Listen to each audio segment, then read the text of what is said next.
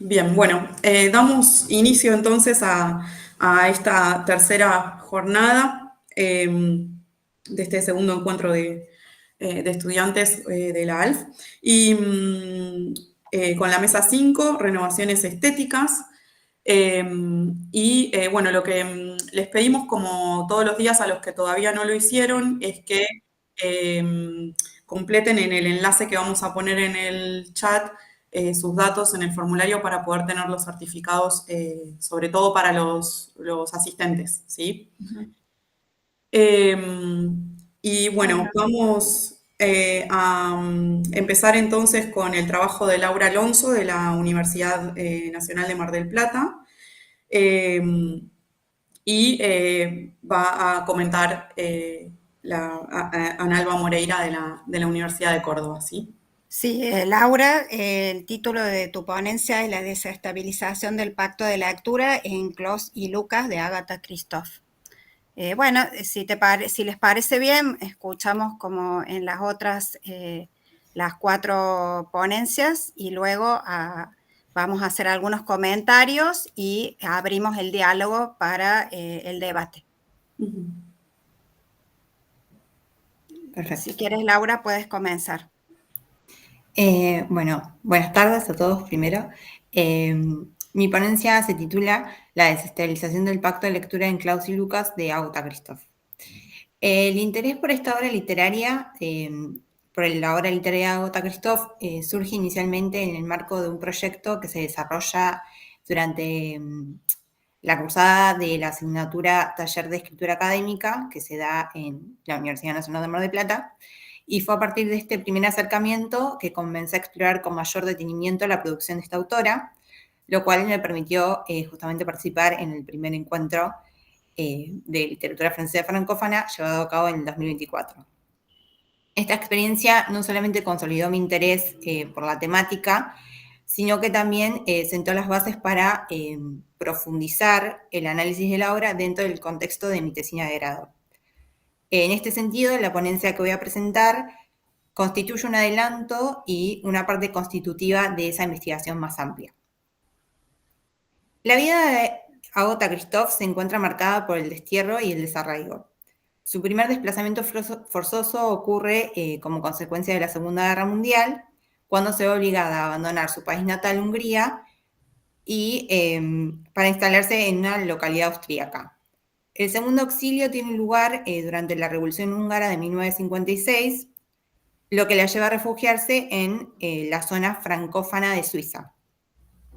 Este último destierro no solamente significa una pérdida afectiva y cultural, sino también lingüística, ya que Christoph debe dejar atrás su lengua materna y adoptar el francés, que es el idioma donde va a desarrollar la mayor parte de su producción literaria. Las vivencias personales de la autora resultan esenciales para comprender su obra porque constituyen el núcleo de su estética y de su estilo. El exilio y el desarraigo no solamente se convierten en temas recurrentes, sino en la raíz misma de su literatura.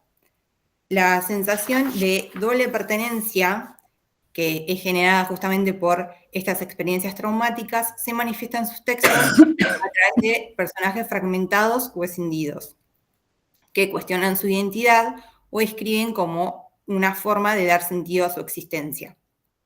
Diversas investigaciones críticas, como la del Faro y Mieiro, resultan pertinentes para esta ponencia porque van a introducir una nueva idea en el estudio de la obra de Christoph que refiere al exilio autoral. En varios de sus textos aparecen personajes que escriben, como en el caso de Claus y Lucas en la trilogía, y se interpreta que esas escrituras funcionan como una proyección de la escritura de Christoph, quien le cede la voz autoral a sus personajes de ficción. A partir de este esquema, la narración adquiere un carácter autorreferencial, reflejándose a sí misma como un proceso de autocreación. Este trabajo, por lo tanto, propone una lectura de las tres novelas, El Gran Cuaderno, La Prueba y La Tercera Mentira, las cuales nos permiten indagar de qué manera la heterogeneidad discursiva genera una ambigüedad narrativa al sugerir una autenticidad en el relato al mismo tiempo que pone en evidencia su ficcionalidad. Para la comprobación de esta hipótesis es esencial tener en cuenta el acto de escritura que es tematizado en las tres novelas. La escritura da lugar a un proceso de autocreación de los personajes, es de ella que se configura el desdoblamiento y los diversos planos enunciativos, lo cual provoca una sensación de incertidumbre en el lector. De esta forma, la ambigüedad narrativa emerge como un principio estructurante que no solamente desafía la linealidad del relato, sino que también interpela al lector, al poner en crisis sus mecanismos de interpretación y su confianza en la voz narrativa. Desde esta perspectiva resulta pertinente pensar la noción de pacto de lectura ficcional, que se establece como un acuerdo implícito entre el texto y el lector y orienta las expectativas sobre la coherencia del universo narrativo presentado. En la trilogía de Christoph, dicho pacto se construye inicialmente sobre una ilusión de objetividad y transparencia. Sin embargo, esta aparente claridad se erosiona a través de contradicciones internas y los cambios de perspectiva del narrador. A medida que las fronteras entre lo auténtico y lo ficticio se difuminan, el pacto inicial se transforma en una experiencia de lectura ambigua, en la que ya no es posible determinar con certeza la autenticidad de los hechos. Mi ponencia se estructura en 3 partes, cada una analiza una novela en particular. En la primera parte analizo la que sería la primera novela, que es El Gran Cuaderno. El Gran Cuaderno, La Prueba y la Tercera Mentira poseen un solo hilo conductor. Cuentan la historia de vida de los hermanos Klaus y Lucas. Estos personajes narran sus experiencias vitales y es precisamente desde la escritura que se van a autorrepresentar desde distintas perspectivas. La trilogía despliega así un espacio metanarrativo, en que se entrelazan 2 planos, el de la diégesis, la historia narrada, y el enunciativo, que es la puesta en escena del acto de escribir. Por medio de esta estructura narrativa es que Christoph se distancia de su rol autoral, como mencionábamos anteriormente, y le cede la palabra a sus personajes, lo que permite hablar de una figura de autor ficcional que coincide con el narrador personaje de la novela, convirtiéndolos en una unidad indisociable. De esta manera, en El Gran Cuaderno, los gemelos escriben sobre su experiencia durante la guerra y el exilio, en un registro que remite a las escrituras del yo, tanto por el contenido como por el tono. El uso de la primera persona del plural refuerza la percepción de una voz unificada y coherente que habla desde la vivencia directa. Además, emplea un lenguaje austero, despojado de adjetivos y descripciones emocionales, lo cual genera un efecto de objetividad que refuerza la sensación de autenticidad del relato. Ahora cita. Para decidir si algo está bien o mal, tenemos una regla muy sencilla. La redacción debe ser verdadera. Debemos escribir lo que es, lo que vemos, lo que oímos, lo que hacemos.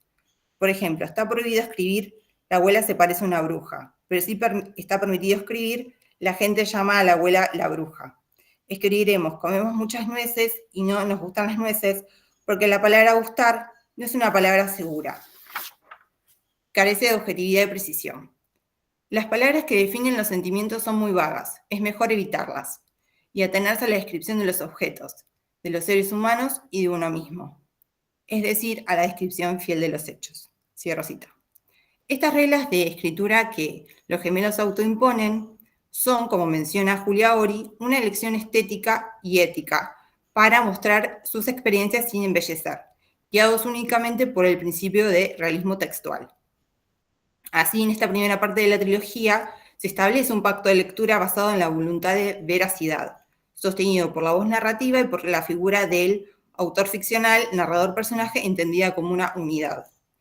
La identidad de los gemelos se presenta como indivisible mediante el uso del nosotros, lo cual consolida la ilusión de una escritura íntima del yo, en que la autoría se transfiere a los personajes y genera un vínculo de confianza inicial con el lector. Ahora paso al análisis de la segunda novela.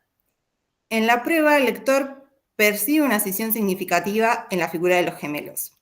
Mientras que en El Gran Cuaderno la voz narrativa en primera persona del plural los presentaba como una unidad inseparable, en esta segunda parte el relato adopta la tercera persona omnisciente que relata desde la perspectiva de vida de Lucas, el hermano que permanece en el pueblo. Este cambio en la instancia enunciativa produce un quiebre en la continuidad narrativa y siembra incertidumbre en el lector porque ya no hay una correspondencia a la figura de autor, narrador, personaje. Lo que antes parecía una escritura personal, construida desde la experiencia directa de los protagonistas, ahora se transforma en un relato cuya autoría es incierta. Asimismo, el relato comienza a sugerir la posibilidad de que uno de los hermanos sea producto de la imaginación del otro. Abro cita. Siéntese otra vez, Lucas, dígame quién es Klaus. Mi hermano. No sabía que tuviera un hermano, nunca me había hablado de él, ni siquiera Víctor, que lo conoce desde la infancia. Lucas dice, mi hermano vive del otro lado de la frontera desde hace muchos años. ¿Y cómo cruzó la frontera? Se dice que es infranqueable. La cruzó y punto. ¿Y mantienen correspondencia? ¿Qué entiende usted por correspondencia? Pues lo que entiende todo el mundo por correspondencia. ¿Le escribe usted a él? Le escribo todos los días en los cuadernos, y él debe hacer lo mismo desde luego. Fin de cita. Este intercambio revela no solo la ambigüedad sobre la existencia real de Klaus, sino también el papel central que cumple la escritura en la construcción o invención del otro. La duda se intensifica hacia el final de esta novela, cuando Klaus regresa supuestamente del exilio, pero su reaparición coincide con la desaparición de Lucas. Según González Alonso, este acontecimiento podría verse como un proceso de metamorfosis en que el hermano sobreviviente adopta la identidad del otro, lo cual sugiere que ambos podrían ser en realidad la misma persona escindida. La única prueba que posee Lucas sobre la existencia de su hermano Klaus es el manuscrito que escribieron a ambas manos. No obstante, su legitimidad se ve desacreditada por un informe judicial que clausura cualquier lectura realista que se pueda hacer de las tres novelas. Abro cita. Naturalmente, por razones de seguridad, hemos examinado el manuscrito en poder de Klaus T. Pretende demostrar mediante el manuscrito la existencia de su hermano Lucas, que escribió en persona la mayor parte, mientras que Klaus solo añadió las últimas páginas del capítulo 8. No obstante, la caligrafía procede de la misma mano desde el principio hasta el fin, y las hojas de papel no presentan señal alguna de envejecimiento. La totalidad del texto fue escrito una sola vez por la misma persona en un lapso de tiempo que no puede remontarse a más de 6 meses. Es decir, por parte del mismo Klaus T. durante su estancia en la ciudad. En lo que concierne al contenido del texto, solo puede tratarse de una ficción, ya que ni los acontecimientos ahí descritos ni los personajes que allí figuran han existido jamás en la ciudad de K. Fin de cita. Este documento paratextual, presentado con la autoridad de un informe oficial, pone en duda todo lo narrado y adquiere mayor credibilidad que la voz ambigua del narrador. La revelación de que el manuscrito fue confeccionado por una sola persona destruye cualquier ilusión de veracidad. Como señala Alfaro de Miero, el pacto de objetividad construido en las primeras dos novelas comienza a desmoronarse y en su lugar emerge una red de engaños que transforma la narración en un juego de calidoscopio de identidades y versiones. En consecuencia, se rompe el vínculo de confianza entre narrador y lector, ya que el manuscrito se revela como un artificio. Por último, voy a hablar de la última novela. En la tercera mentira, la incertidumbre narrativa alcanza su punto máximo. El texto se estructura en dos partes, ambas narradas en primera persona del singular. La primera desde la perspectiva de Klaus Lucas, que es un nombre conjunto ahora. Y en la segunda, Klaus, pero con K, un nuevo personaje que asume la narración de la historia de su vida desde su infancia hasta el presente de enunciación, cuando se va a encontrar con su hermano Lucas. Esta alternancia enunciativa permite que de manera progresiva se comience a diferenciar a cada uno de los gemelos. Esa individualización culmina a través de un encuentro que no confirma el parentesco entre los hermanos, sino que deriva en la negación explícita del vínculo, con lo cual se anula cualquier posibilidad de reunificación. Es así que se instala la pregunta sobre la existencia del hermano gemelo. Alfaro de Miero lo define como una gemelidad que deviene ficción, puesto que funciona como un dispositivo imaginario que sirve para soportar el trauma del exilio, la soledad y la violencia. Abro cita. Estoy borracho. Empiezo a hablar de mi hermano como siempre que bebo demasiado. Toda la ciudad conoce mi historia. Busco a mi hermano con quien vivía aquí hasta los 15 años. Tengo que encontrarlo aquí y lo espero. Sé que volverá cuando se entere de que he regresado del extranjero. Todo es mentira. Sé perfectamente que en esta ciudad, en casa de la abuela, yo vivía solo, que ya en ese entonces imaginaba que éramos dos, mi hermano y yo, para hacer soportable la insoportable soledad. Fin de cita. El propio Lucas afirma que su hermano es una invención, un personaje ficticio creado a partir del acto escritural. Es así que la aparente unidad entre la figura de autor, narrador, personaje que se proponía en el Gran Cuaderno queda anulada y lleva a pensar la idea de un narrador-autor ficticio y uno real. Como dice el siguiente ejemplo. Klaus T. escribe con seudónimo. Su nombre literario es Klaus Lucas. Tiene fama de misántropo, no se le ve nunca en público y no se sabe nada de su vida privada. Fin de cita. La elección de nombres que funcionan como anagramas, Klaus, Lucas, Klaus, intensifica aún más la confusión al sugerir que podrían ser manifestaciones de una misma entidad. Hacia el final se revela que el verdadero autor del manuscrito es Klaus, con K, quien continúa la historia contada por Lucas. El pacto de lectura establecido entonces en la primera novela, en el cual se suponía una cierta transparencia entre narrador y experiencia vivida, comienza a resquebrajarse. En este caso, los narradores multiplican sus versiones, se contradicen y revelan que la escritura es ante todo una construcción ficcional. El texto deja de proponerse como relato de una experiencia para manifestarse como una puesta en escena de la imposibilidad de decir la verdad a través de la escritura. Abro cita. Me gustaría saber si escribe cosas verdaderas o inventadas. Le contesto que trato de escribir historias verdaderas, pero que en un momento dado la historia se hace insoportable por su misma verdad y entonces me veo obligado a modificarla. Le digo que intento contar mi historia, pero no puedo, no tengo valor, me hace demasiado daño. Entonces lo embellezco todo y describo las cosas no como sucedieron, sino como yo querría que hubieran sucedido. Fin de cita. En esta cita justamente se percibe un cambio en cuanto a las reglas narrativas impuestas en la confección del Gran Cuaderno. Lucas abandona su escritura objetiva, que caracterizaba los dos primeros manuscritos, para presentar una narración que mezcla los recuerdos con las ensoñaciones. Por su parte, Klaus con K presenta una versión distinta de los hechos ya conocidos, que en algunos casos contradice lo relatado anteriormente. Así la historia se construye como una red de reversiones y perspectivas subjetivas que disuelven cualquier posibilidad de una verdad unívoca. La duda se instala como principio estructurante.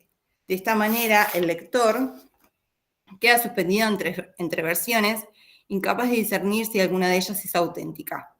La mezcla deliberada de veracidad e invención y la reflexión metanarrativa sobre el acto de escribir intensifican la ambigüedad. En conclusión, se puede decir que a lo largo de la trilogía, Agatha Christoph construye un universo narrativo marcado por la ambigüedad entre lo real y lo ficticio. Si bien el Gran Cuaderno busca instalar un sentido de confianza con el lector, al construir un relato de apariencia objetiva y verosímil, dicho pacto se estabiliza en la prueba y se rompe de manera definitiva en la tercera mentira. A través de la heterogeneidad discursiva, Christoph problematiza las posibilidades de narrar una historia auténtica. En este recorrido, la escritura se instala como un dispositivo central en que los personajes se construyen y se reinventan, dando lugar a una pluralidad de versiones sobre una misma experiencia vital. El pacto de lectura propuesto es desviado por medio de una narrativa que evidencia su carácter artificioso y autorreferencial. Gracias.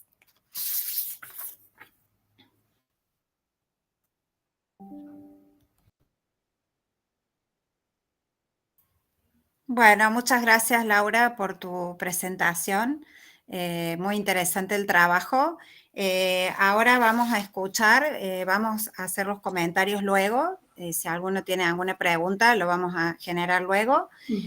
Ahora vamos a presentar a Juan Ignacio Nadal Miguel, de la Facultad de Filosofía y Letras de la UBA, que nos va a dar una exposición sobre la muerte de los fantasmas en La Esfinge de los Hielos de Julio Verne.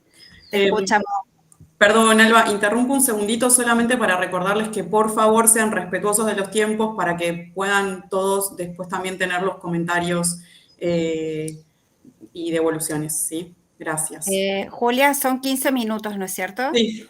15 minutos por persona. Bueno, muchas gracias, Julia. Bueno, buenas tardes. Esta investigación se enmarca en mi proyecto de adscripción en la Cátedra de Literatura del siglo XIX, en la UBA. Empiezo. ¿Me escuchan bien? Sí, yo te escucho bien, al menos. Edgar Allan Poe escribe en 1838 la narración de Arthur Gordon Pym, donde se relatan unas aventuras en el mar que tiene Pym, pero que culmina con un viaje de exploración al Polo Sur.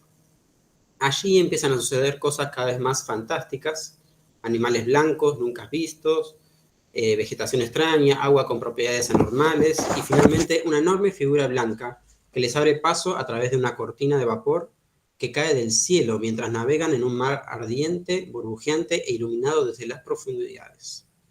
Todo esto queda sin explicación racional y el relato se corta con esta última escena, ya que el narrador muere de causas no reveladas. 60 años después, en 1897, Julio Verne escribe una continuación de estas aventuras, La Esfinge de los Hielos. En ella, todos los elementos fantásticos de la historia de Poe son explicados o ignorados. El relato pasa a ser más una narración de aventuras en el mar, con un final racional, antes que una historia fantástica como la de Poe. Estas explicaciones generan una sombra de pesadumbre sobre la novela. No hay un lugar para lo fantástico ni las lecturas diversas que dicho género produciría. A la vez, se reconoce repetidamente que lo que relata el narrador nunca podría superar lo escrito por el genio que fue Poe. Una superioridad de lo viejo frente a lo nuevo. Consideramos que todo esto, sumado a la aparición del dinero como motivación para la aventura, lo cual radicalizaría más a medida que se avanza en el relato, se enmarca y responde a una etapa de Julio Verne relacionada con la literatura finisecular.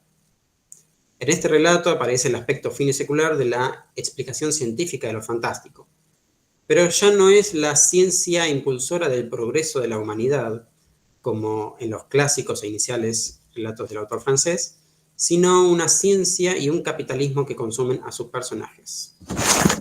La novela de Verne termina sin que el protagonista pueda llegar a ver el Polo Sur por la bruma. También entre naufragios y motines que ocurren a lo largo del relato, no hay más que desgracias en el viaje. Esta no es una historia donde se habla de un triunfo del progreso de la civilización, como en la obra verniana inicial. Aquí el descubrimiento del enigma de Poe, al hallar la esfinge imantada con el paradero de Pym, solo se puede dar con un bote primitivo que no contenga nada de metal. De lo contrario, solo espera la muerte. Mariela Di Mario analiza la obra de Verne y explica bien este final. Cito: el fallido viaje al polo culmina, por lo tanto, con una evaluación completamente negativa. Cuestiona cierta noción de progreso a través de la ciencia, lo cual podría tener consecuencias catastróficas. Este tema, como ya hemos destacado, caracteriza la última parte de la obra de Verne, donde se hunde en un pesimismo cada vez más amargo. A partir de las décadas de 1880 y 1890, aparecen ciudades de perdición y científicos malditos. En los 500 millones de la Begum, en el castillo de los Cárpatos o en el Amo del Mundo. Fin de cita. Entonces se elimina lo fantástico para que prevalezca la explicación racional y científica, pero tampoco en un sentido de progreso civilizatorio. La mismísima figura de la esfinge marca la tragedia pesimista en el relato.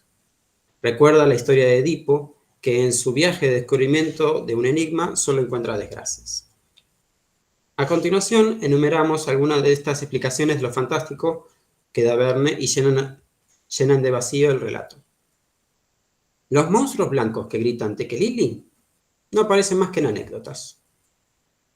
En una de ellas resulta que el monstruo que aterrorizaba a los locales era Tigre, el perro mascota de Pym, que aparentemente es blanco, aunque en la obra de Poe nunca se dijo el color de su pelo, y parece que sobrevivió al naufragio del Grampus, pese a que nunca se lo volvió a hablar de él desde entonces.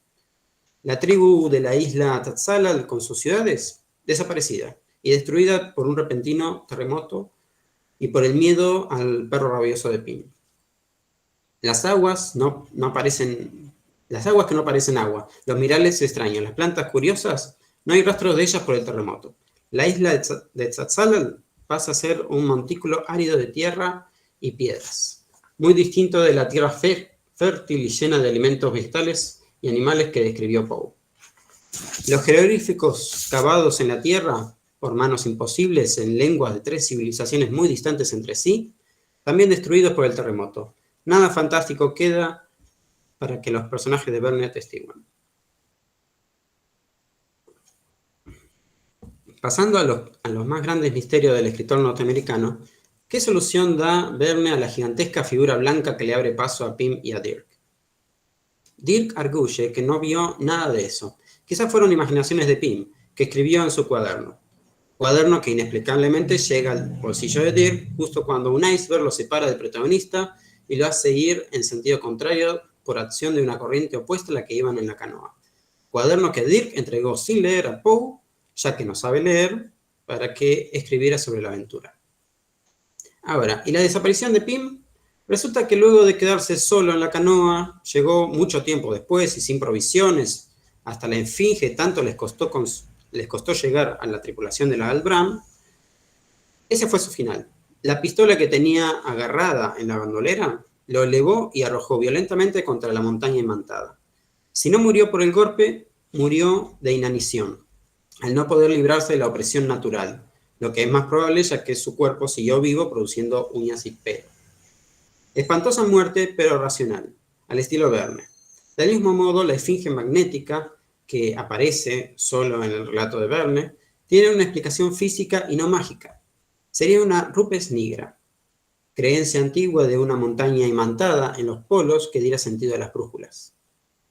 La esfinge es una alegoría de lo que el enigma que dejó Poe y el enigma que enuncia ella en Edipo Rey significan.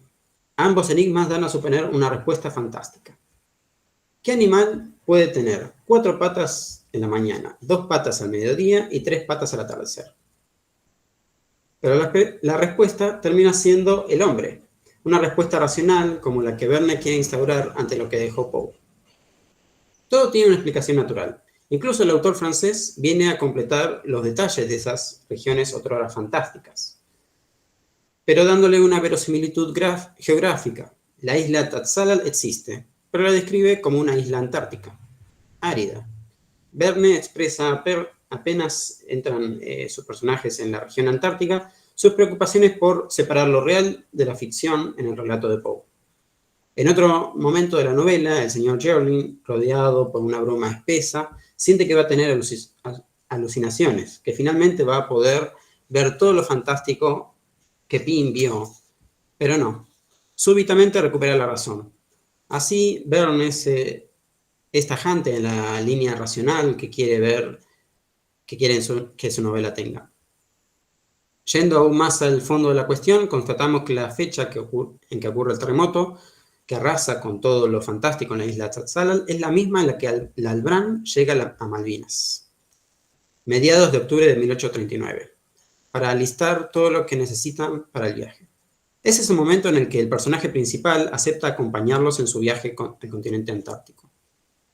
Como si la intervención de Verne en el mundo fantasioso creado por Poe produjera un cataclismo solo a partir del cual puedan armonizarse ambas escrituras tan disímiles.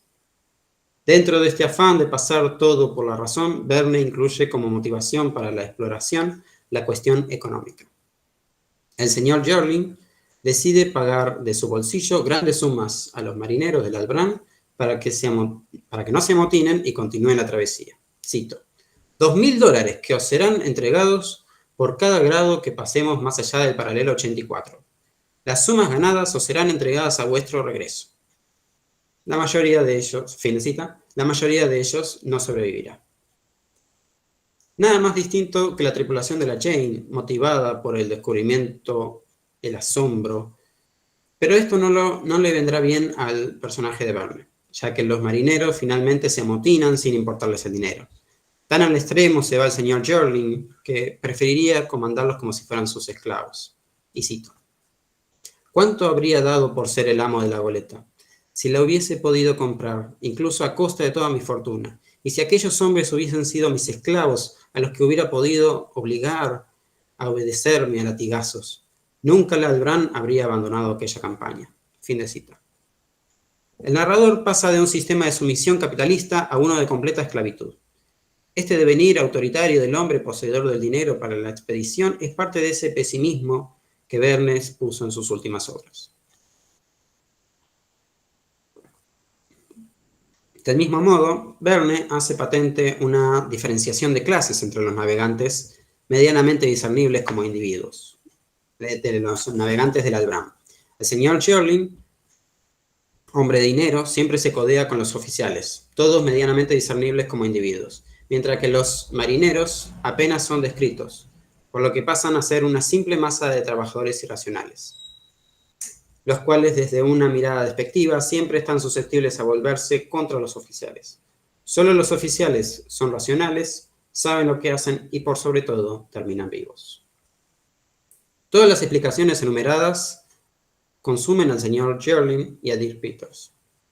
El primero siente un vacío por no ser capaz de tener la aventura fantástica de Pym, mientras que Dirk, apenas descubre la verdad sobre el final de su compañero, cae muerto, y la novela de Verne termina. Es como si el enigma creado por Poe fuera lo único sobre lo que se sustentara la obra de Verne, y el personaje de Dirk Peters, una vez esclarecido el enigma, Dirk y la novela ya no tienen razón de existir, y concluyen. Es decir, que la obra de Verne está íntimamente relacionada con la de Poe, se sigue la narración de Pym como si fuera una guía, más allá de la cual no se aleja. Esto es parte del homenaje que Verne hace a uno de sus autores preferidos, de quien no se atreve a considerarse a la altura. Refuerza así una visión de la literatura de fin de siglo, de decadencia sobre lo actual y glorificación sobre lo pasado. El mismo Verne escribía sobre esto mucho antes de pensar La Esfinge de los Hielos. Y cito: "Y la narración se interrumpe. Al llegar a este punto, ¿quién lo retomará algún día? Alguien más audaz que yo, y más resuelto a avanzar en el dominio de las cosas imposibles". Y tal como dice, no se atreve a hacer un relato superador al de Poe.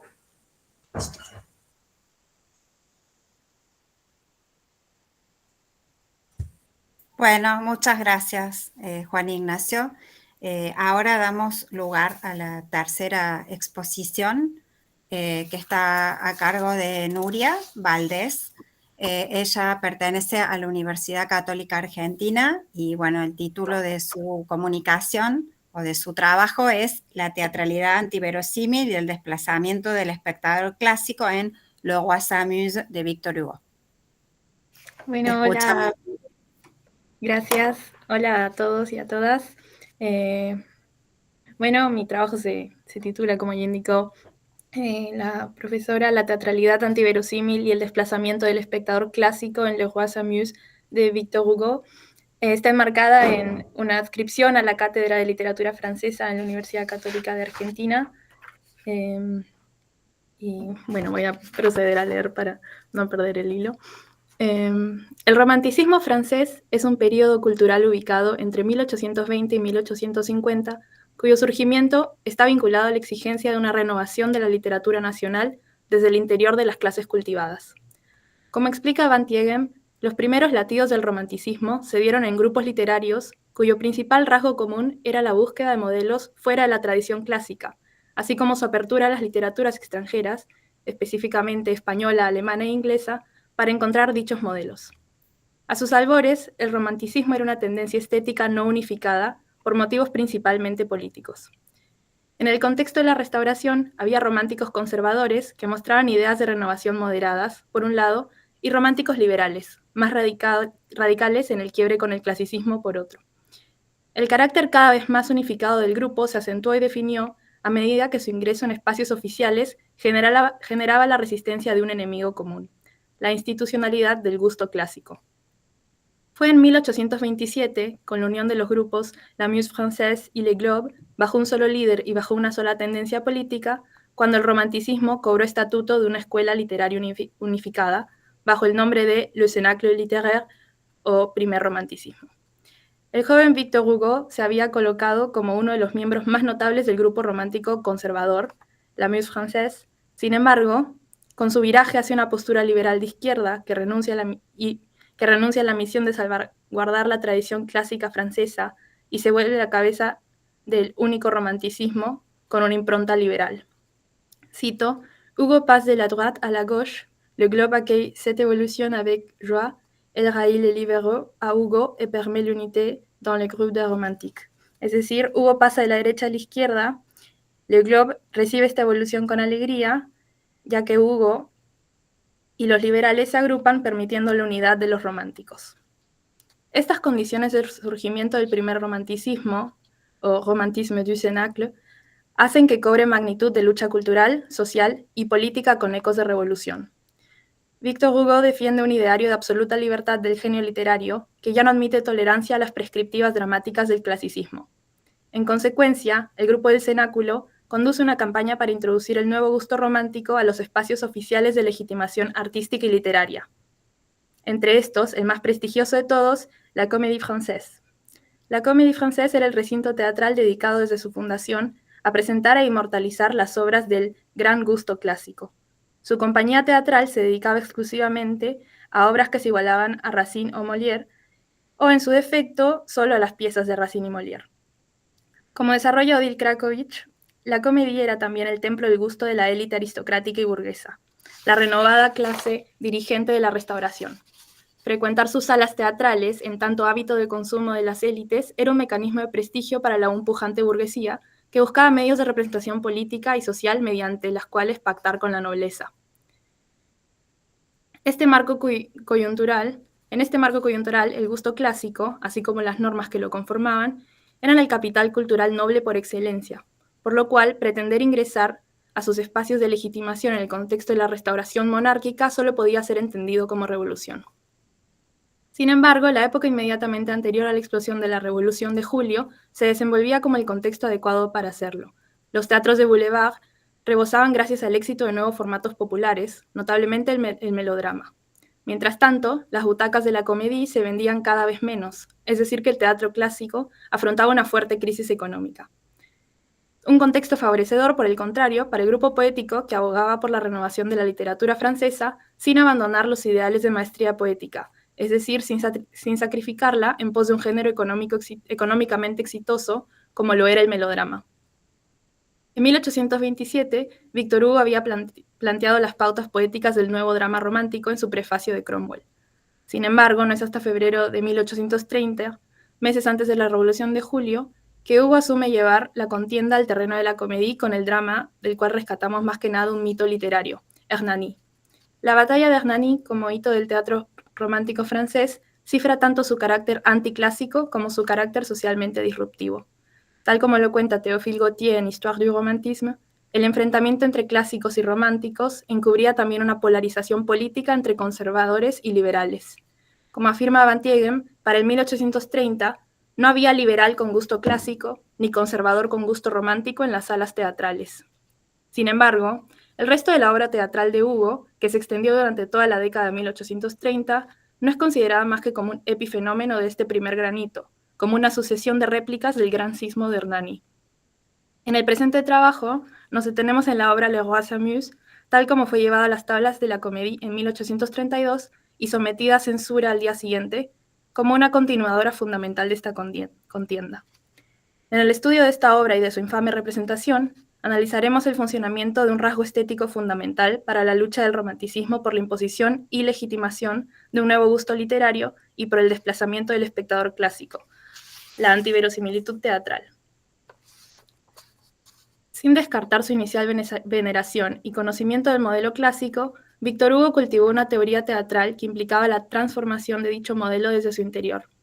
Si bien se le acusa de no distanciarse lo suficiente de la tragedia clásica, comparándoselo a veces con Corneille y afirmando que aquella ruptura que programa en sus prefacios no es lograda en la escena, sostenemos que justamente esta falta de distancia y esta subversión del modelo clásico desde su interior lo que le confiere su cualidad más disruptiva. Uno de los principales rasgos de la estética teatral de Hugo es la mezcla de géneros, la cual habilita una reorganización y una inversión de la estructura clásica, logrando que incorporen la forma de los géneros nobles, tragedia y comedia, rasgos estéticos de los géneros populares. En suma, al teatro de Hugo no se le podía imputar que no respeta el verso alejandrino ni la estructura de 5 actos, así como tampoco se le podía acusar de que los personajes no sean héroes nobles. Hay, sin embargo, otros aspectos de mayor peso en su estética que significaron un inmenso contrapunto con las obras paradigmáticas de la comedia y que podríamos reunir bajo el quiebre de un solo principio de la estética clásica, la verosimilitud. La verosimilitud era un principio transversal a todo el código clásico. Esta prescriptiva no solo exigía que las obras estén en el terreno de lo posible según leyes de la realidad física, como las 3 unidades, sino que también lo estén en el terreno de lo posible, estética y moralmente, es decir, que cumplan con el decoro. El cumplimiento del decoro teatral, entonces, exigía que las obras respeten la estricta división de géneros y además que respeten y refuercen códigos de comportamiento, es decir, valores sociales altamente codificados durante la era clásica por la nobleza. El término utilizado para decoro era la bienséance, y podríamos resumirla como la virtud de la conformidad a las normas, el principio rector del comportamiento en los espacios de sociabilidad artística y literaria, las cortes y los salones. En el teatro, el cumplimiento de la bienséance era respetar y reforzar mediante la estricta división de géneros y la configuración psicológica y moral de los personajes los códigos de gusto y de comportamiento de las clases dirigentes. Creemos que en el corazón de la estructura de la obra Le Roi s'amuse está la pregunta por cómo subvertir el gusto clásico desde su interior para vehiculizar y legitimizar un nuevo gusto, pregunta a la cual esta obra responde con gran maestría, una absoluta antiverosimilitud. La antiverosimilitud presente en Le Roi s'amuse se podría analizar en dos aspectos que operan conjuntamente para producir una ruptura violenta con el gusto noble y una censura inmediata: la mezcla de géneros y la teatralidad indecorosa. La mezcla de géneros se puede estudiar desde muchos aspectos de la obra. Los más pertinentes para abordar su vínculo con la ruptura del decoro son el aspecto argumental y lingüístico. En lo que concierne a la trama, podemos sostener que se trata de una tragedia en la cual el héroe trágico no es un rey, sino un bufón. Codificado moralmente como un personaje sublime, Triboulet está encerrado en el cuerpo y el rol grotesco de ser el entretenedor y alcahuete del rey francés Francisco I. Por su lado, Francisco I, rey del Renacimiento y ruin antagonista de Triboulet, aunque bello y noble de linaje, está codificado moralmente como un sujeto de comedia, sometido a sus vicios al punto del ridículo.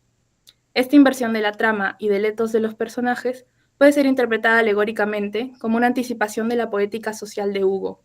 Un bufón, un siervo de la corte, no puede revertir su fatalidad no por estar sometido a un orden divino, sino por estar sometido a una estructura dirigente opresora y ridícula, por un lado, y a una lógica de justicia trágica que solo castiga el pecado del débil y habilita la impunidad del fuerte. El mismo Buffon alegoriza también la sumisión del arte a un sistema cultural de heteronomía, en el cual las bellas artes y las bellas letras no son más que una diversión y un bien de ostentación de las clases dirigentes. Pensada de este modo, esta combinación de tragedia y de comedia en un drama se vuelve altamente subversiva, y si se le suma un lenguaje y una teatralidad populares e indecorosas, obtenemos la receta perfecta para activar los organismos de censura de la nueva monarquía de Julio. Para abordar la teatralidad de la obra, primero tenemos que enfrentar un lugar común del teatro ugolino, su supuesto logocentrismo. Como afirma Florence Nogret, la abundancia de diálogo presente en las obras de Víctor Hugo no lo definen como un teatro centrado en el discurso, como sí lo era, por el contrario, el teatro clásico. La estética del clasicismo tenía como rasgo fundamental la predominancia de la palabra hablada en detrimento del lenguaje corporal y de los recursos de teatralidad, como puede ejemplificar el espacio teatral de la tragedia de Racine, caracterizado por el vacío y cuyo elemento expresivo, más allá del discurso, era la mirada. Por otro lado, en su estudio Pantomime et tableau dans le théâtre de Hugo, Nogret menciona que el teatro romántico canalizó la necesidad de reequilibrar la relación entre lo discursivo y lo visual y de reemplazar la estética escénica obsoleta del clasicismo, en sus palabras, una carcasa vacía que se sigue practicando por mera costumbre, por una estética escénica más conforme a la nueva visión del mundo y a la sensibilidad del espectador moderno. En términos generales, Nogret sostiene que el discurso gestual y visual que introduce Hugo estaría orientado por su carácter innovador a propiciar una instancia reflexiva de distanciamiento en el proceso de recepción de la obra. Por otro lado, en Le Roi s'amuse, este rasgo de teatralidad romántica potencia además el carácter subversivo y social. Los procedimientos teatrales son una manifestación social de la mezcla de géneros. Llevan la pantomima y la visualidad de los géneros populares y burgueses, el drama burgués, el melodrama y el vodevil, a la comédie, bajo el atuendo de una tragedia, tanto sublime como grotesca, escrita en verso alejandrino. Este eclecticismo estaría destinado a generar incomodidad en la recepción estética del auténtico habitué de la comédie, el defensor del gusto clásico, por un lado, y una satisfacción visual para el nuevo espectador de sensibilidad popular. Es, por lo tanto, un quiebre de la adecuación a la jerarquía genérica que vehiculiza además el carácter indecoroso de no adecuación a los códigos de orden moral y social. Una lectura de las didascalias explícitas e implícitas de la obra exhibe cómo este novedoso orden visual materializa en la obra una escandalosa violación del decoro clásico en todos sus sentidos. En primer lugar, tenemos lo que Nogret identifica como pantomimas que protagonizan los personajes nobles con los personajes populares. La obra despliega varios juegos de escondidas vodevillescos y farsescos entre el rey y su bufón, entre el bufón y los cortesanos, o entre el rey y la cuidadora de Blanche. Por otro lado, la caracterización cómica y ridícula del rey se apoya fuertemente sobre su lenguaje corporal, que lo dota de un desplazamiento ligero que le concede un dominio espacial de toda la escena.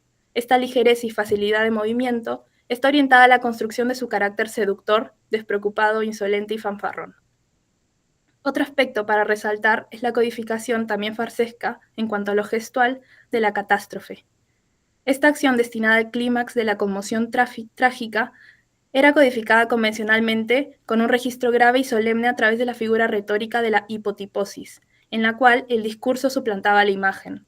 Sin embargo, en esta obra, el acto de violencia en el cuarto acto no solo es mostrado en escena, sino que es llevado a cabo por una pantomime horrifique, una pantomima horrorosa, el salto del mercenario, puñal en mano, sobre el cuerpo de Blanche.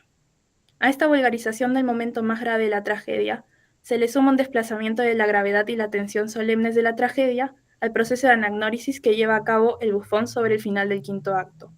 Sin embargo, ni siquiera este momento de rigor trágico queda exento del registro vodevillesco, al suceder casi en simultáneo con el estribillo socarrón entonado por Francisco I a lo lejos. Como concluye Nogret, estas pantomimas melodramáticas participaron en el escándalo estético del rey se divierte. Se las aceptaba en la feria o sobre los bulevares, pero Hugo, soñando con un teatro para todos y con un público unido, tiene la audacia imperdonable de hacerlo subir a la escena del francés, de la comedia. En esta línea, Odile Krakowicz destaca la importancia de estudiar la creación, la representación y la censura de Leroy Samus en relación con su contexto social próximo, atravesado por la agitación social y política que dirigía su descontento al rey de los franceses. En el capítulo de la investigadora dedicado al affaire de esta obra, hace un inventario de las categorías bajo las cuales los diarios conservadores defensores del gusto clásico condenaron a la obra, como Club Revolucionario, Corte de los Milagros, Waterloo del Romanticismo, accusé d'avoir encanillé, el verbo encaniller, encanillar, vulgarizar o rebajar, al santuario del clasicismo.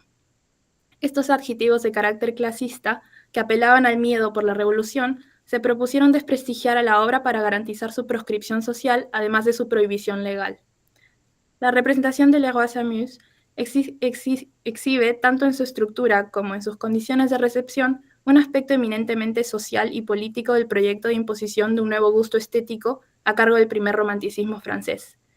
En un balance magnífico entre idealismo poético y compromiso con su realidad inmediata, el proyecto creativo de Victor Hugo ejecutó y perpetuó lo que podríamos catalogar como una etapa heroica de la literatura romántica, durante la cual imponer un mal gusto en instituciones en las que el buen gusto era opresor era el mejor medio para castigar al tirano.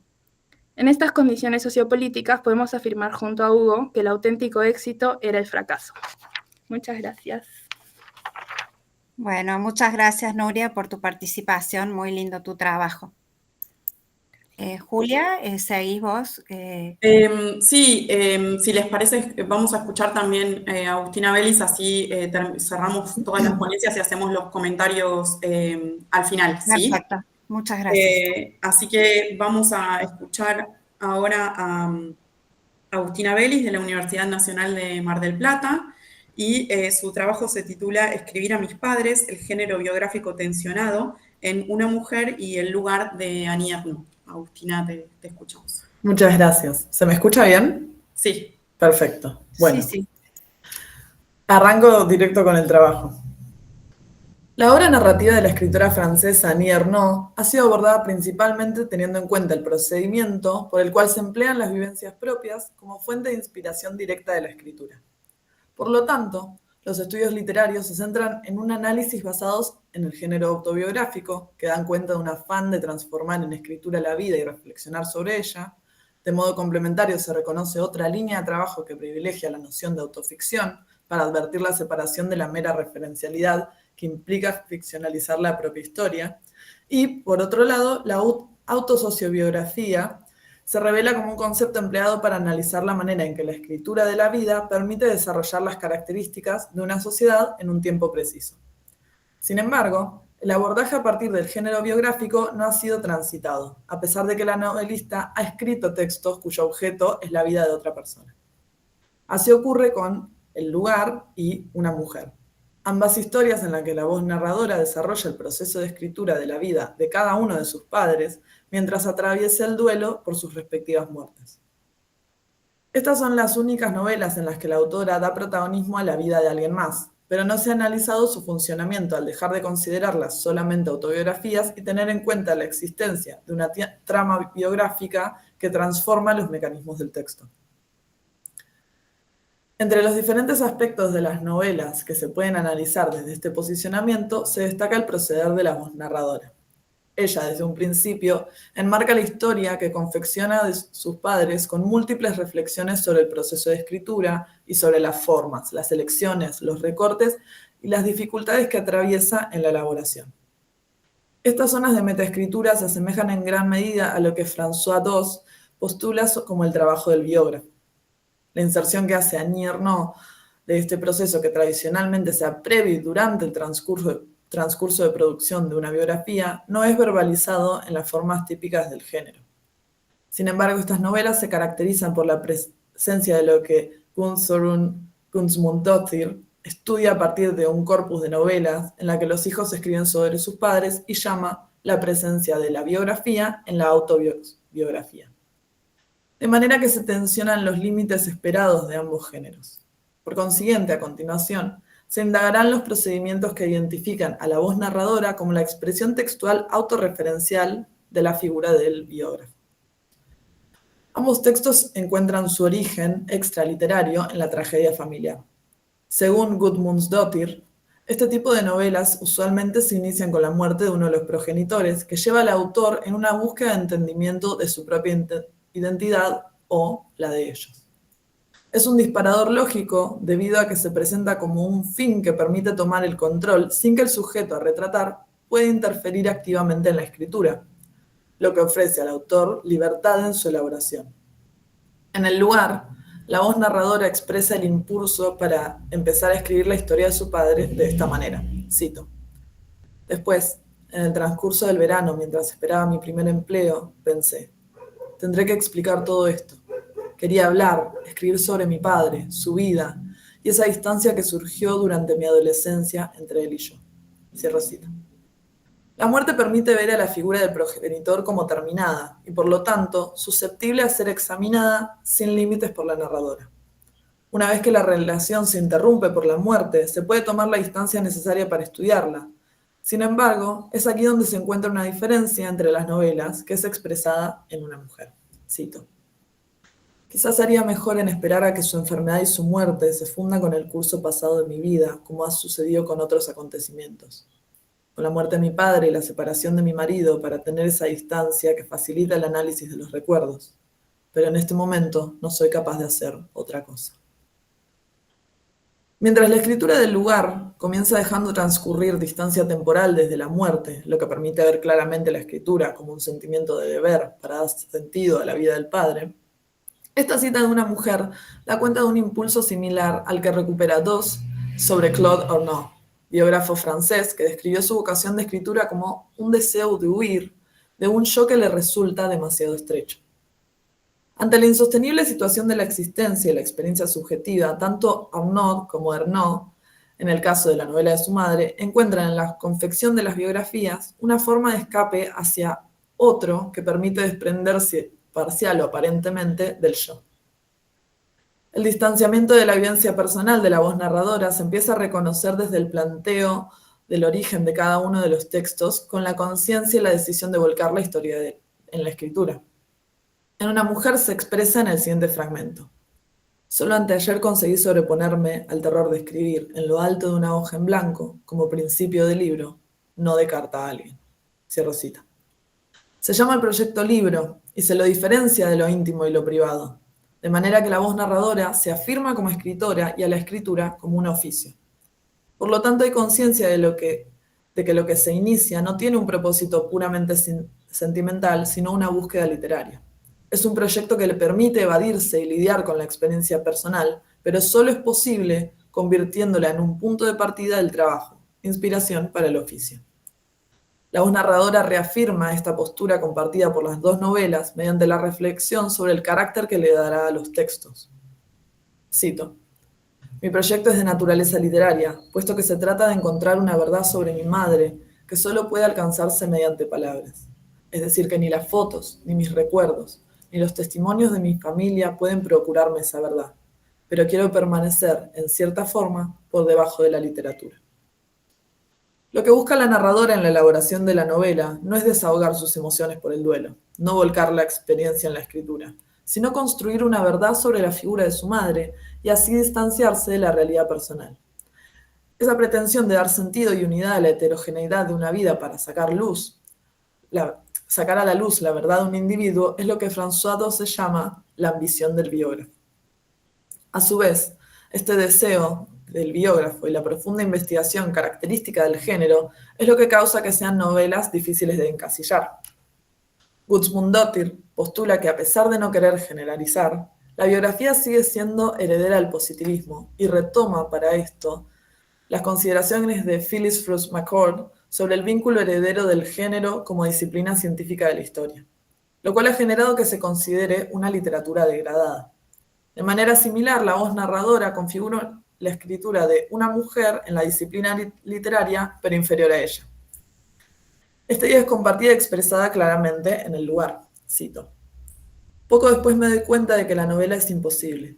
Para contar una vida sometida a la necesidad no tengo derecho a tomar de entrada partido por el arte, ni a intentar hacer algo apasionante, conmovedor.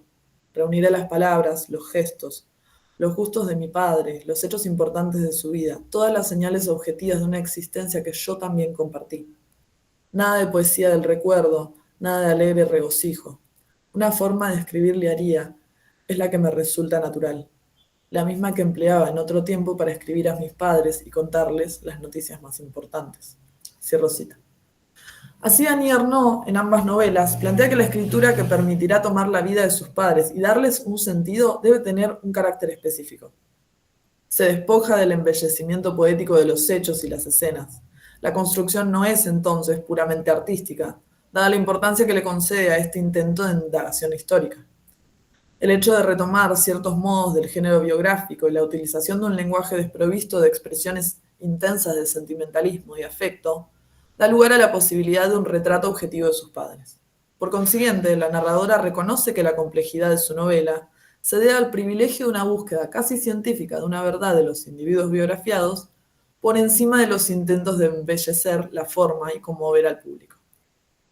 Sin embargo, este estilo que elabora la voz narradora genera un problema importante al que se enfrenta cualquier biógrafo en la construcción de una biografía: la eventualidad de ser incapaz de separarse objetivamente del sujeto de estudio.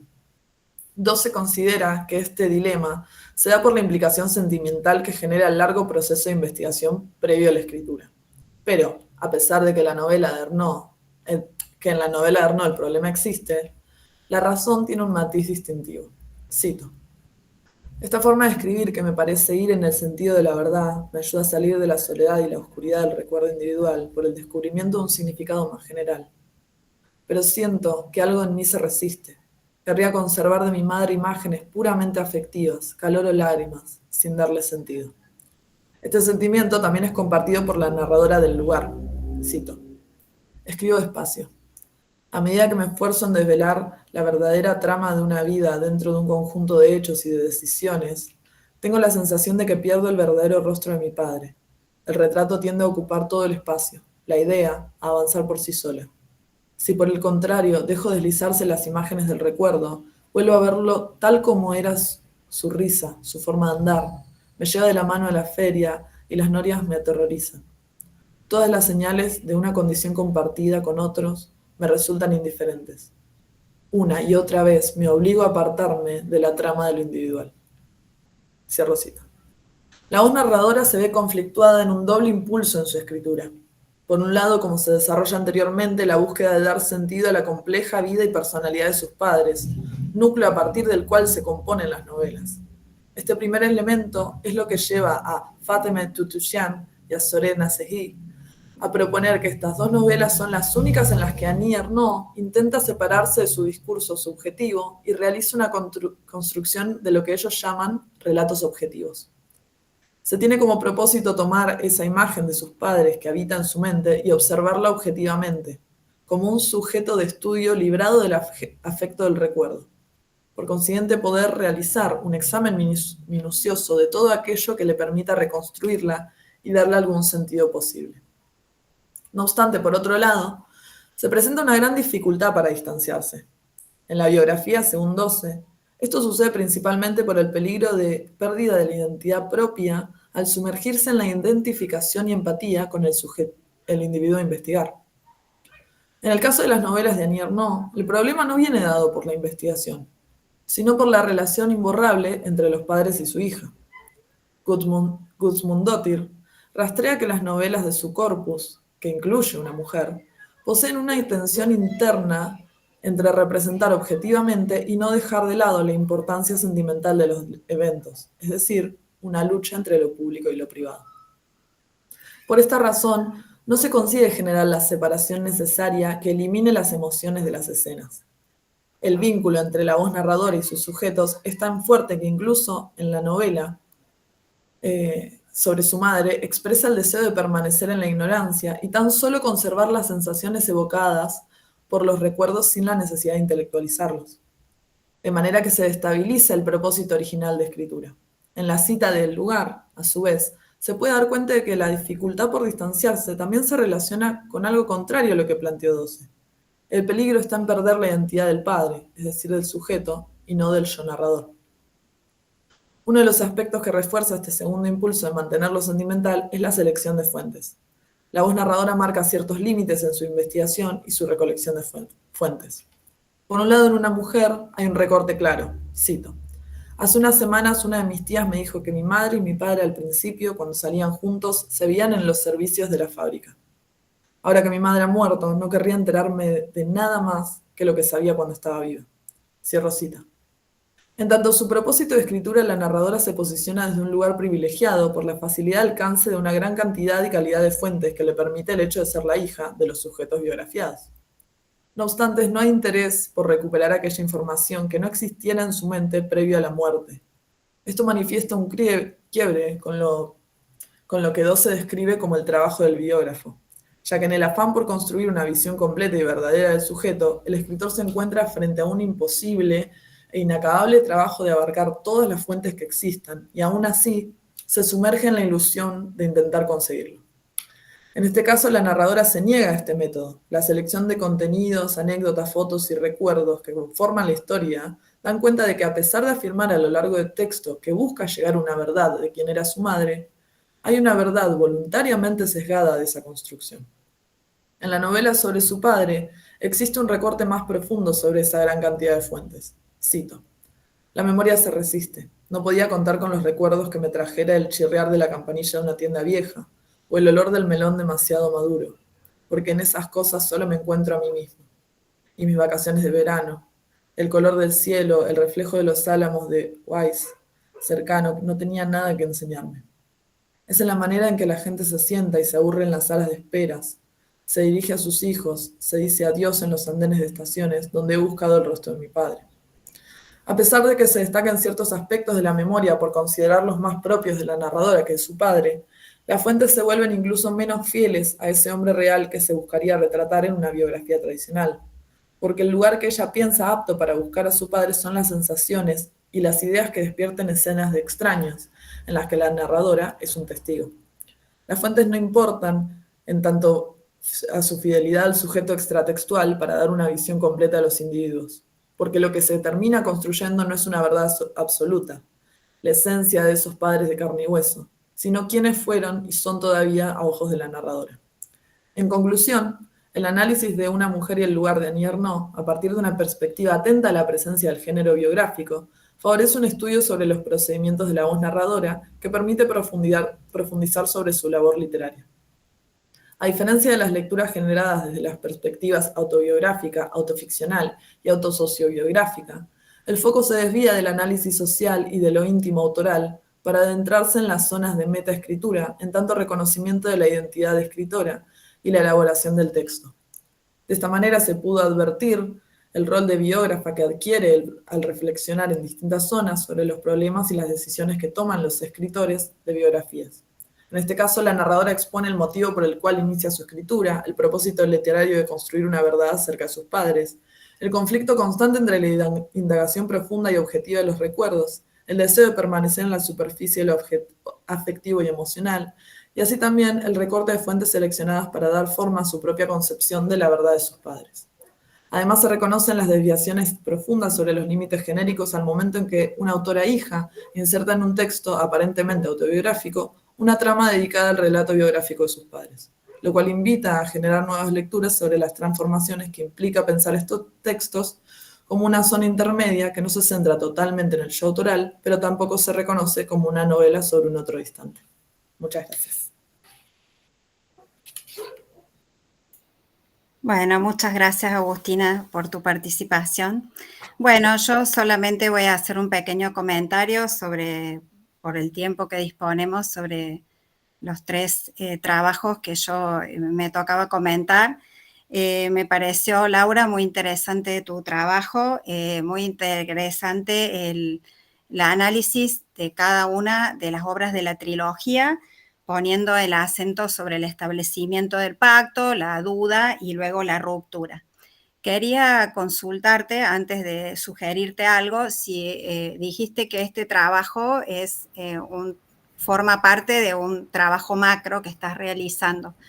Quería saber si en esa dualidad que planteas en la conclusión entre lo real y lo ficticio, tenés algún marco teórico para trabajar la autobiografía, el pacto autobiográfico, el pacto ambiguo, que estaría bueno. Me parece que trabajaras, por ejemplo, con Philippe Lejeune, o también podrías usar un libro de Alberca que es muy interesante, que es El pacto ambiguo o el pacto autoficcional, en el libro que se llama De la novela autobiográfica o a la autoficción.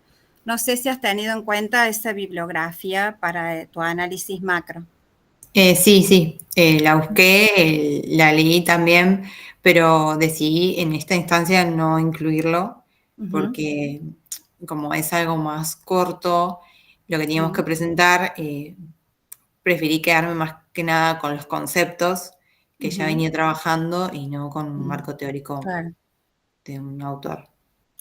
Está bien, yo te sugiero, así, me pareció muy bueno el trabajo, pero estaría bueno que lo enmarques dentro de alguna bibliografía teórica, a esa afirmación, sobre todo del final, que hablas de la dualidad entre lo real y lo ficticio. Me parece que estaría bueno apoyarlo, ya que hay mucha bibliografía al respecto sobre el marco teórico. Pero el trabajo me pareció excelente. Perdón, si puedo decir, Laura, creo que hiciste bien, digo, en no insistir en el trabajo, en conceptos que quizás podemos conocer o que se pueden reponer, por ejemplo, después en una futura publicación, pero sí, por ejemplo, cuando, como te dice Alba, como te dice Ana, como hay muchos desarrollos ya sobre el género autobiográfico, quizás sí, aunque sea mencionar, aunque no definas el género o no es el concepto, mencionar según quién estás hablando de autobiografía o de género autobiográfico o de... Sí, eso nada más. Sí, me parece que poner la referencia, aunque sea la palabra de pacto ambiguo, que es lo que vos planteas, y creo que en la obra es lo que se plantea, estaría bueno poner alguna cita de autoridad o alguna referencia autobiográfica. Igualmente el trabajo me pareció excelente, muy bien organizado, las ideas son muy claras y me pareció muy bueno tu trabajo. Gracias. No sé si alguno quiere comentar algo del trabajo de Laura, si no pasamos al de Juan. Bien, Juan, me parece... Sí, si quieren, para que todos tengan su devolución, hacemos primero los comentarios y después, si queda tiempo, abrimos a preguntas si alguien más quiere consultar algo. Bueno, está bien, Julia, gracias.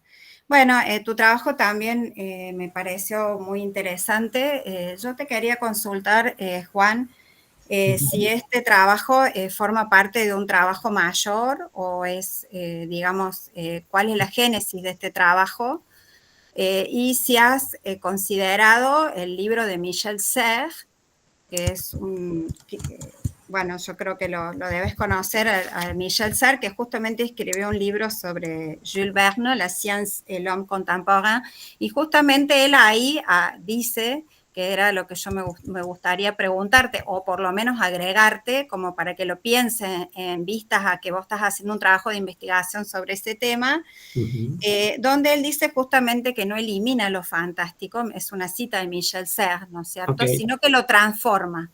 Entonces, ¿qué opinión tenías con respecto a lo que vos afirmas en el trabajo y si habías tenido en cuenta a este autor?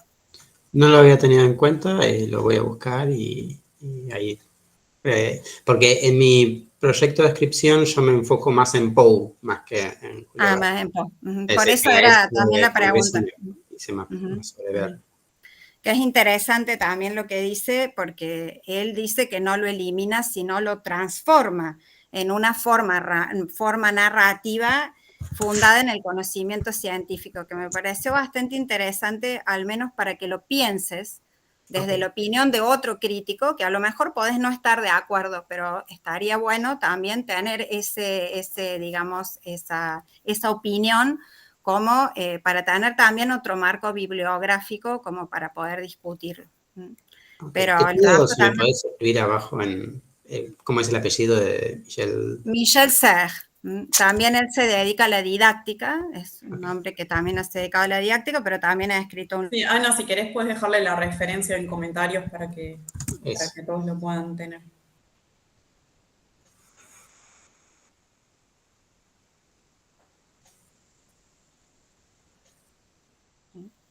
Bien, y en el caso de Nuria me pareció un trabajo muy interesante, haces un recorrido contextualizado de la época de inestabilidad del siglo XIX, retomando los conceptos clásicos y bueno, hay algunas ideas interesantes del romanticismo, citas la prefaz de Cromwell, citas también Hernani. Me parece un análisis interesante y te quería preguntar si para este trabajo de ascripción, para hacer esta afirmación, has tenido, en cuanto a la verosimilitud, si vas a circunscribirte únicamente a esta obra de Víctor Hugo, o si has pensado tener, por ejemplo, en cuenta Ruy Blas o Angelo Tirant de Padoue, alguna de las otras obras, donde también es representativo todo lo que vos afirmas sobre, ¿no es cierto?, la mezcla de géneros, sobre la falta de verosimilitud, sobre el no respeto a las reglas clásicas. Sí, el trabajo es una primera aproximación a una investigación más grande que será mi trabajo de tesis de licenciatura, que titularé Un nuevo espectador o un nuevo ciudadano, el desplazamiento del espectador clásico en el teatro de Víctor Hugo. Y sí, por supuesto, planeo armar un corpus más grande en el cual analizo estas constantes en otras obras, como las que mencionó. Me parece que sería interesante para un trabajo más largo profundizar un poquito por lo menos hacer una alusión un poco más grande a la batalla de Hernani, que sí, por supuesto no digo que en el trabajo está perfecto mencionarla porque no es el objetivo, pero si podés explayarte en un trabajo más largo, sería interesante sí, por profundizar esos aspectos. Sí, el trayecto de esta investigación inició con una traducción que hice de unos fragmentos de Histoire du romantisme de Gautier sobre la batalla de Hernani. Así que sí, está en el origen del trabajo Hernani y por supuesto cuando lo arme en un trabajo más amplio. Y Ruy Blas también podría incluirse o algo. Digo, tener un corpus de obras me parece interesante. Y un detalle, que es un detalle para los tres, no se olviden que cuando incluimos alguna referencia como la de Gautier, también tiene que estar en la bibliografía, sobre todo si está citada en el cuerpo del trabajo, pero no es nada más que un detalle. Pero me parecieron los tres trabajos excelentes Y bueno, felicitaciones y espero haberles aportado alguna idea, aunque sea de reflexión sobre los trabajos. Muchas gracias. Muchas gracias. Gracias. Bien, y los felicito también a los tres por sus trabajos y a mí, bueno, me tocó leer y comentar el de Agustina, que también, Agustina, te felicito, estaba muy bien el trabajo. Yo quería hacerte algunos comentarios con respecto a, bueno, posibles líneas de trabajo, pero primero lo que sí me parece, esto de nuevo son comentarios y podés tomarlo o no, pero lo que yo considero es que me parece muy interesante que explores cómo se trabaja el género biográfico en estas dos novelas, ¿sí? Que es cierto que es el menos explorado, ¿sí? Pero hay que tener cuidado con ciertas afirmaciones, por ejemplo, vos decís, no ha sido transitado, ¿no? Sí. Quizás no ser tan tajante, sobre todo con una autora como Annie Ernaux, que el interés sobre su obra es creciente, sobre todo a partir de la obtención del premio Nobel, y hay muchos trabajos escritos sobre el tema, ¿sí? De hecho, vos citás en tu trabajo a Gudmundsdóttir, que ha trabajado esa variable, ¿no? Sí. Entonces, quizás sí decir que es el menos trabajado, ¿no? O el abordaje menos tratado, pero no tan tajantemente que no ha sido transitado, ¿sí? Porque de hecho también, por ejemplo, no sé si leíste a Dominique Viard, que propone la categoría de relato o novela de filiación, ¿sí? En la que ahí lo que él hace es referirse a la especificidad de una biografía que narra en realidad la propia vida, ¿no? La vida del biógrafo, de la biógrafa, en este caso, que sería Annie Ernaux, ¿no es cierto? Eso por un lado, ¿sí? Después quizás sí acentuar porque digamos, vos haces como un recorrido sobre también la lectura de Gudmundsdóttir, ¿sí? Para apoyarte, ¿no? Pero creo que tenés que darle más valor a tu lectura, que está muy bien, ¿no es cierto? Las partes en las que vos incluís tu análisis propio, tendrías que acentuarlas, ¿no? Ponerle más énfasis a tu propia lectura, ¿no? Por ejemplo, esta oposición, o donde vos lees que quizás la lectura de Tutuyan y Naseí no sería tan exacta, o lo mismo cuando te separás de algunas afirmaciones de dos, ¿sí? Que eso está muy interesante y está muy bien, y eso quizás tendrías que acentuarlo un poquito más, ¿sí? Y acá sí es lo que te sugiero. Y acá sí mi aporte es que en lo que sí quizás me parece que habría que explorar un poquito más es cómo esa aparente búsqueda de objetividad en realidad está en tensión constante en la novela, ¿no? En donde se ve que la narradora lucha para que no aparezca esa subjetividad, para no desviarse. Son esos momentos que vos citás en tu trabajo donde, por ejemplo, surge el recuerdo del olor del melón, o de las veces que la llevaba la calecita al padre, ¿no es cierto? Bueno, es ahí donde surge la subjetividad y cómo la narradora lucha, ¿no? Para que eso no aparezca.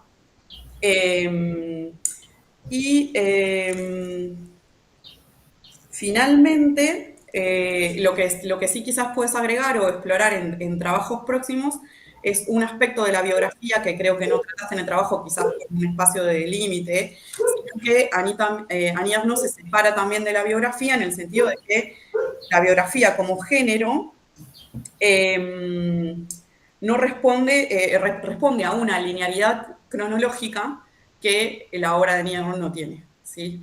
Entonces, ahí también podría añadirse eso. Pero todo como comentario, el trabajo me pareció que está excelente. Es cierto que es original en el sentido de que es un abordaje genérico que no está muy explorado, y me parece que podés seguir trabajando por ahí.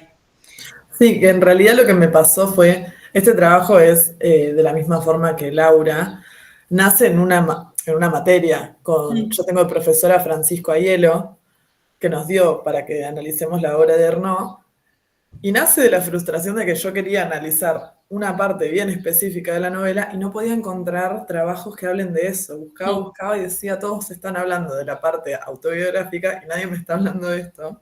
Hasta que él me mostró Borderlands, que tiene algunos fragmentos hablando de una mujer.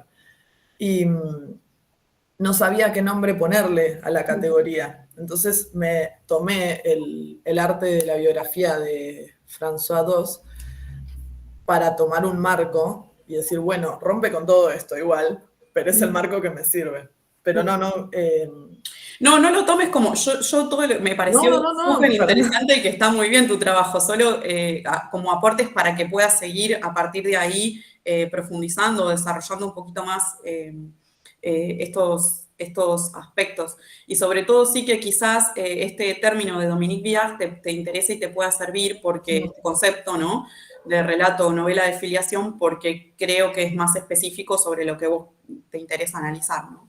Sí, me parecía incluso muy interesante porque el capítulo del que yo saco el análisis de Guðmundsdóttir es justamente todos análisis de hijos que escriben sobre sus padres. Entonces me parece, no me había aparecido en la búsqueda el concepto de Dominique, pero lo voy a tener en cuenta. Muchas gracias. Bueno, tenemos 3 minutitos, aunque sea unos minutitos por si alguien tiene alguna pregunta. También, Agustina, me pareció muy lindo tu trabajo. Felicitaciones. Muchas gracias. O bueno, algún comentario, lo que quieran decir. Si no, bueno. Bueno, cerramos entonces esta primera parte, hacemos una pausa y nos volvemos a encontrar entonces en 15 minutos para la mesa siguiente, ¿sí? Muchas gracias a todos, felicitaciones de nuevo por los 4 trabajos que realmente estuvieron muy bien. Muchas gracias, chicos. Gracias, felicidades Julia. a todos. Muchas Gracias. gracias. Gracias. Gracias, buena tarde.